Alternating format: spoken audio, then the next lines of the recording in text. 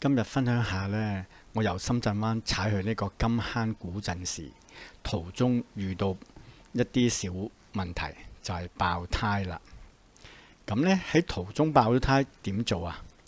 我哋踩單車嘅人一般都會有啲維修小常識嘅。咁冇辦法啦，爆咗胎，唯有自己要換胎咯。小補丁都踩咗有一段時間啦，其實條胎都係老化，就係咁過一過呢個凹位，蹬一蹬就蹬爆咗佢啦。我行到呢度發覺條胎好似有啲唔妥喎，咁就停下嚟睇睇啦。原來真係冇乜氣啦已經，咁唯有要揾地方停低去做一個維修啦。前方红绿灯路口直行，您已骑行1公里，用时4分钟。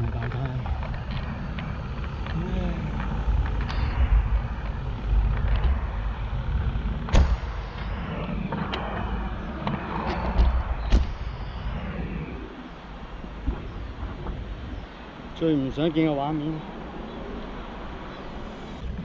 停好架車之後，攞袋架撐出嚟，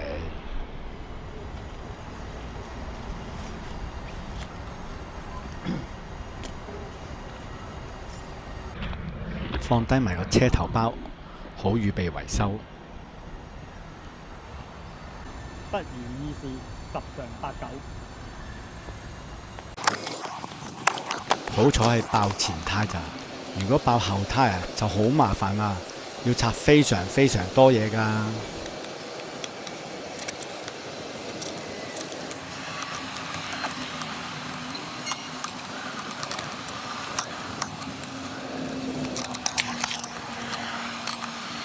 準備打氣入條胎度，睇下條胎仲有冇得救。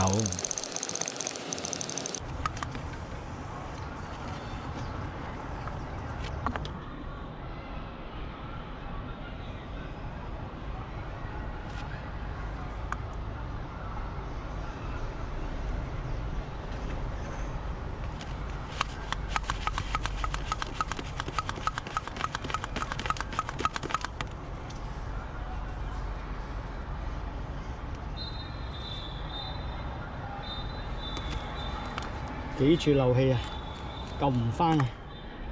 呢條胎救唔返。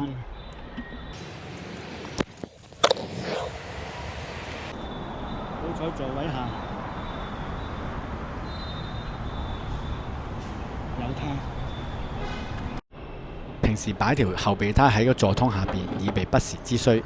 但係條胎就咁擺入邊，好容易因為震動摩擦而勞損，所以我係用咗呢個保鮮膜嚟包住佢哋，咁就冇咁容易損耗啦。切吞下有條胎。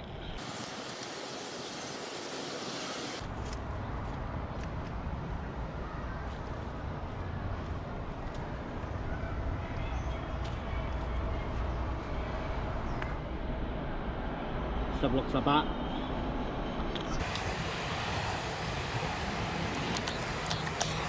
雖然之前檢查條內胎係確定係老化引致，但係習慣性都會檢查外胎有冇慘到釘之類嘅嘢。如果唔係，你換條胎落去又報廢㗎啦。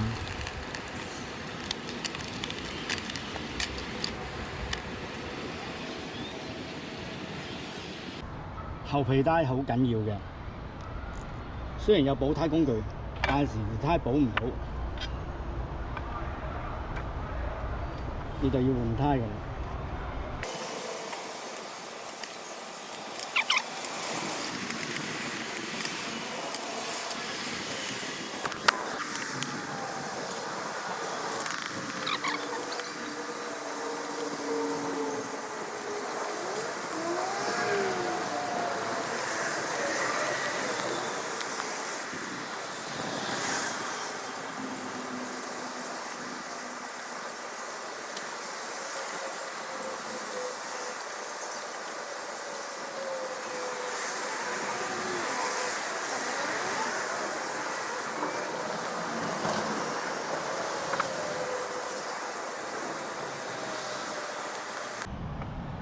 要記住嘅真係呢個位呢條胎咧個嘴邊咧會頂住呢個，睇呢條外胎咧攝到有條骨㗎。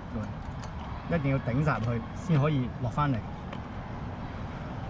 如果唔係咧，行駛過程咧條胎會變形鵝蛋㗎啦。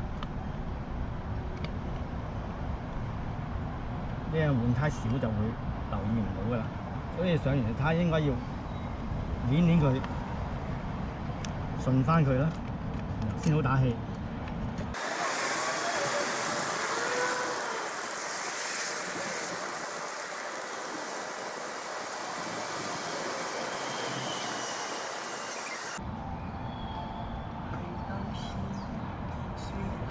換胎途中有個叔叔埋嚟搭訕。哇！你自己識得拆識得換啊？你踩單車一定要識少少維修㗎嘛。咁叻啊，阿哥！你踩單車你唔識維修，你好多地方去唔到㗎啦。即係有時爆胎係嘛？係啊。我嗰次又係咁啊，爆胎啊！哇，推2個幾鐘頭啊！你自己唔識得換啊，幾麻煩。你長途車嘛成日。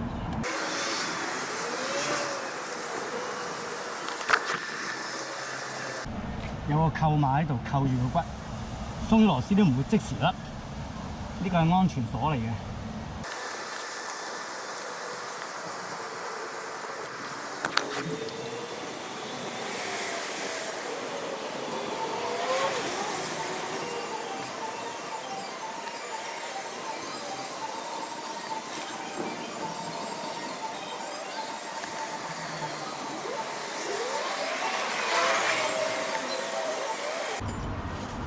其實呢條胎一早應該要換㗎啦，一路都冇去換，知道佢已經老化緊㗎啦。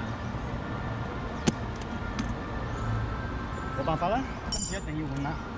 出行維修一定有啲工具嘅，好似呢套係21合1，係啦，有埋撬胎棒、6個匙、節鏈器，出行就方便啦，一套咁細嘅工具有齊啦。出行整車工具真係唔少得。但係平嘅工具你真係唔好買咯。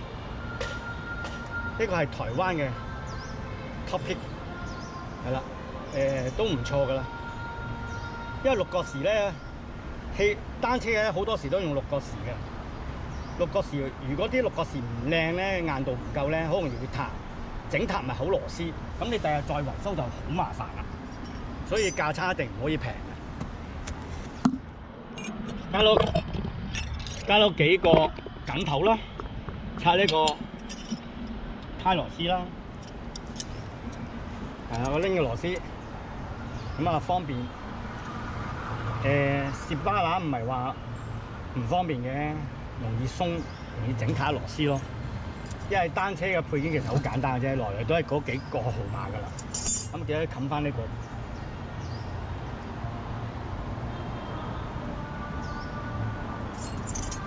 咁就維修完成㗎啦。其實有補胎工具我都有嘅，特登買咗套補胎嘅，有埋呢個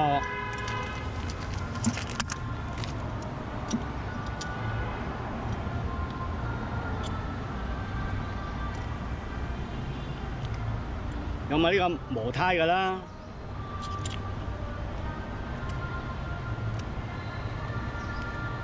一塊塊嘅補胎貼啦，咁但係佢而家係啲接駁位，條胎嘅接駁位老化，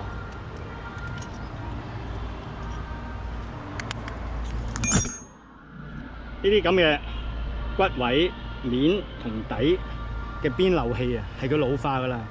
我曾經補過一次，呢條胎已經補過一次㗎啦。喺途中，因為我呢條冇後胎嚟嘅上次係。因為我唔想換住，我驚中途仲有啲問題，所以我冇換到。咁估唔到今次係前胎救唔返啦。帶小補丁出行，我通常會帶定一個手動泵啦，一套6個匙，一套補胎工具，同埋3個緊頭。基本上呢啲裝備就夠用㗎啦。仲會帶定一個威亞鎖，係方便食飯時唔能夠將單車推喺台底，而鎖喺肉眼所能見嘅地方，防止俾人即時推走咁嘅啫。如果去外地旅行，需要將小補丁寄倉，我就會帶定一個電泵，因為將小補丁放入行李箱，我係要放咗胎氣先可以放到入去㗎。帶個電泵就唔使咁辛苦啦。